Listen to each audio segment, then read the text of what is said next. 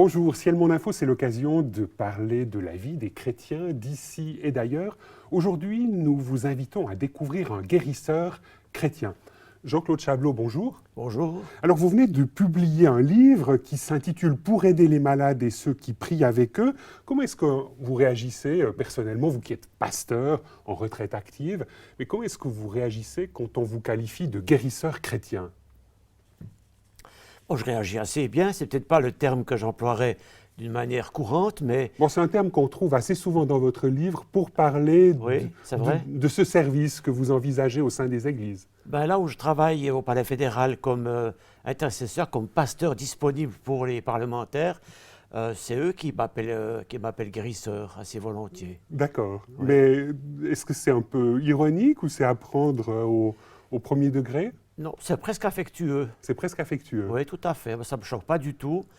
Même si pour moi, le guérisseur, il a pris une connotation assez étrange dans le monde quand même. Le guérisseur, on pense à quelqu'un qui trafique avec des puissances Voilà, où c'est souvent maléfiques. Un charlatan, un peu quand oui, même. Exactement. Oui. Et pour un pasteur, imaginez que vous puissiez être un charlatan chrétien, c'est pas votre honneur. Non, évidemment. Non, mais moi, il ne faut pas se choquer avec ces questions de langage.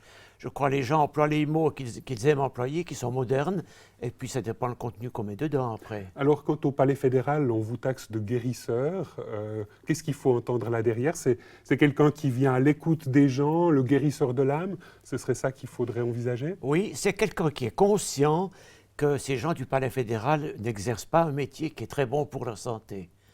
Et il y en a pas mal qui sont malades, donc ça nous rapproche du livre de Pierre Renschnick de Genève, c'est un vieux livre. Oui, ces malades qui nous gouvernent. Voilà, exactement. Alors, ces gens nous gouvernent et ils sont malades, ça pose quand même des questions.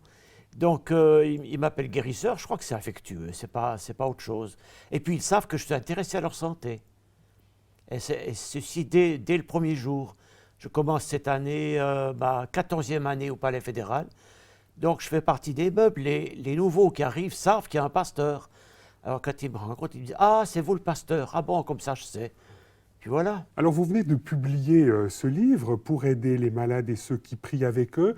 Dans le cadre de ce livre, vous faites part d'une statistique. Vous parlez de 95% des gens qui ne sont pas guéris suite à la prière qu'on fait pour eux, pour leur guérison. C'est un peu catastrophique comme chiffre, là. C'est de se dire que finalement vos prières n'ont pas beaucoup d'impact.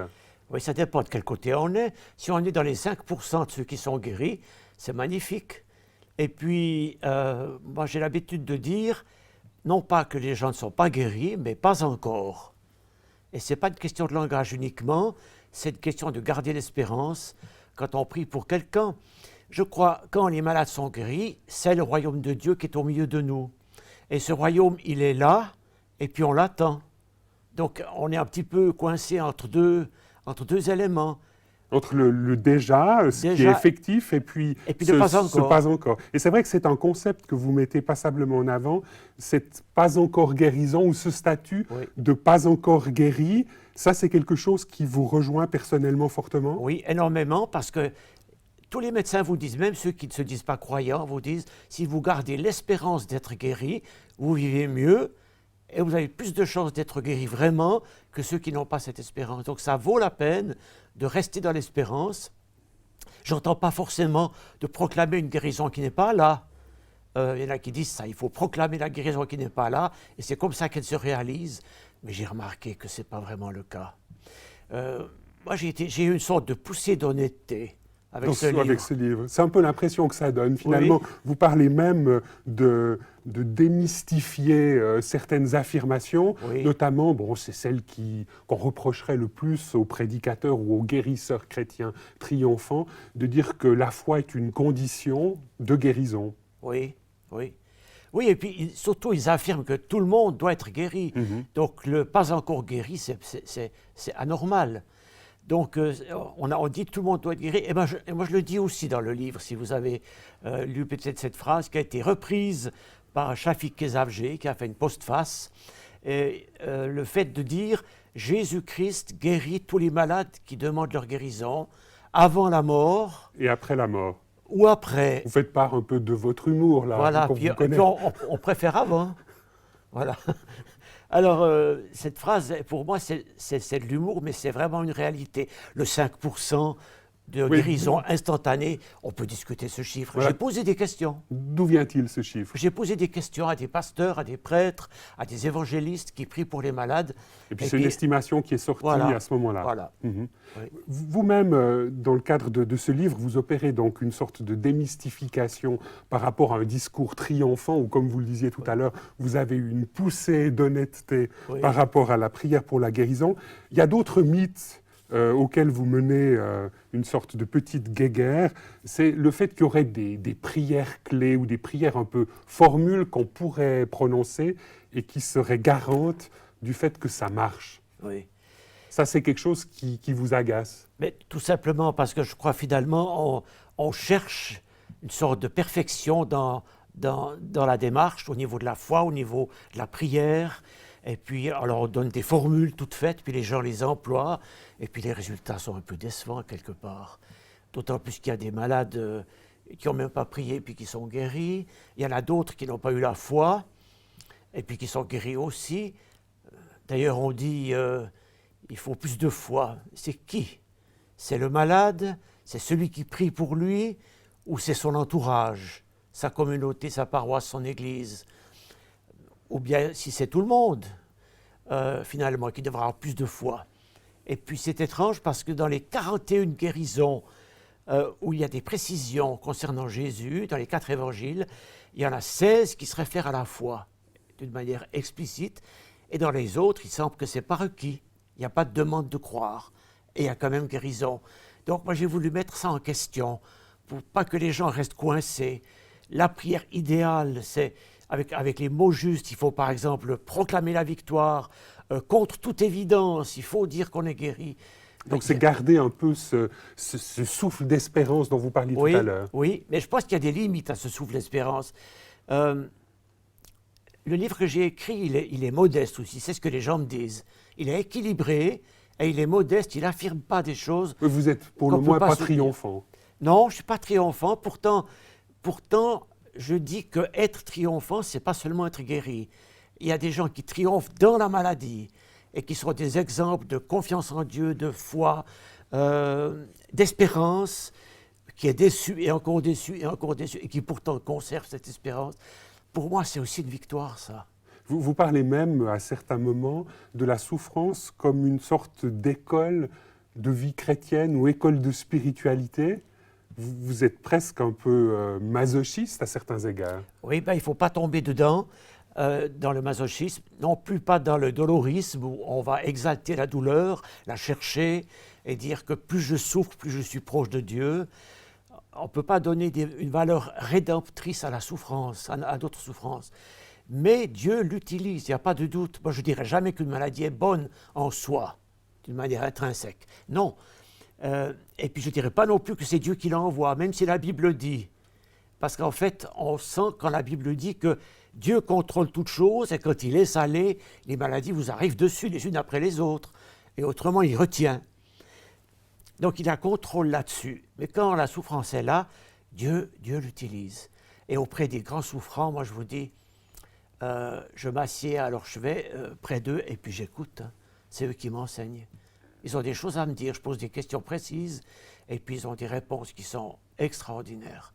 Donc la souffrance, elle a un sens. Donc vous-même, personnellement, c'est une expérience que vous avez faite. Vous ouvrez votre livre en disant « J'ai vécu une vie où la santé a été absente ». Finalement, vous avez aussi connu, du point de vue de votre santé, passablement de difficultés. Oui, tout à fait. Quand je parle de 95% de non-guérison ou pas encore guérison et 5% de guérison, moi j'ai vécu ça personnellement. Vous êtes dans les deux catégories. Dans les deux catégories, exactement. Vous pourriez nous dire en deux mots en quoi? En quoi est-ce que vous avez goûté à cette prière qui guérit? Oui, c'est une bonne question. Par exemple, le début de ma vie chrétienne a été facilité par une guérison. J'avais des crises épileptiformes. Ces crises ont disparu depuis la conversion, après une prière par un pasteur qui vraiment disait « tout le monde doit être guéri ». Et puis bon, il a prié et ces crises ne sont pas réapparues, au grand étonnement du spécialiste qui me suivait à l'époque. Donc là, j'ai vécu vraiment une guérison. Maintenant, j'ai un diabète actuellement. J'ai rencontré un médecin chrétien. Ce médecin, je lui dis, j'ai un diabète. Il me dit, ben, si tu l'as, tu le gardes. Et puis je lui dis, ben, ça, c'est pas gentil, hein, vraiment pas gentil. Et puis il me dit, mais c'est vous qui avez dit, toi qui as dit, j'ai. Donc c'est une possession. Ah, j'ai dit, bon, c'est une question de langage, j'ai compris. Donc, mais alors dans ce cas, c'est bien, je suis diabétique.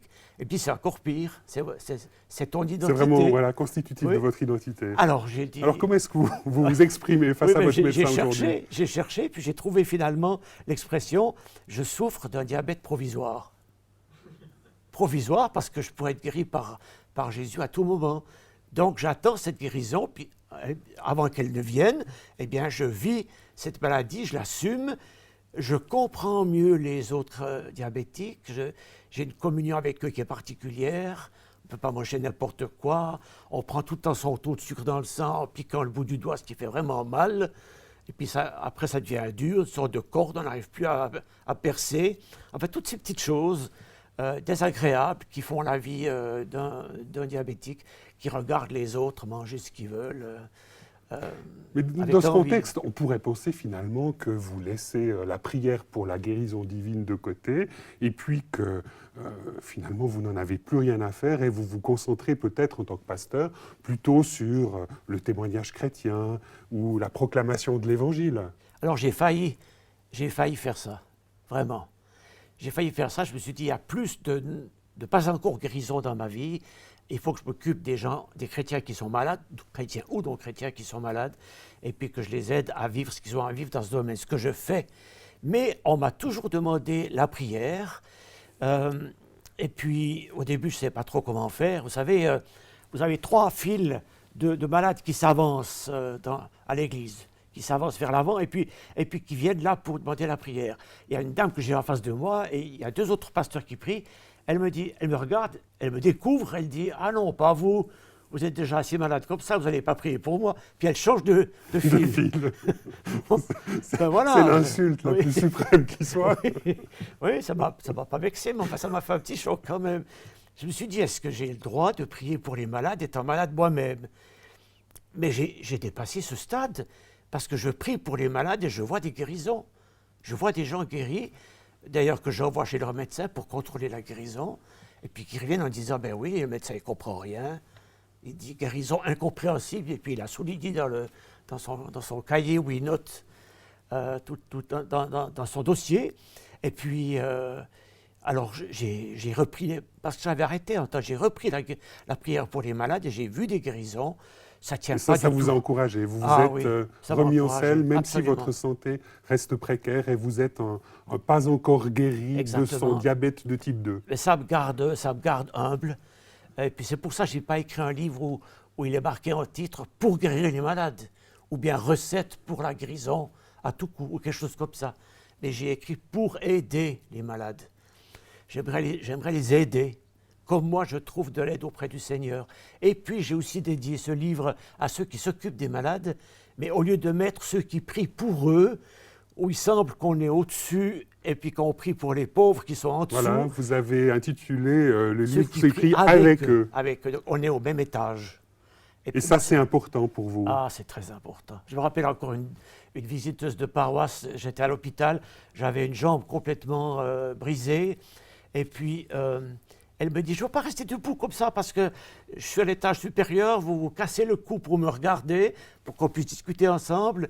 Je vais m'asseoir. J'ai senti qu'elle allait s'asseoir sur la jambe. Donc, je vais juste crier.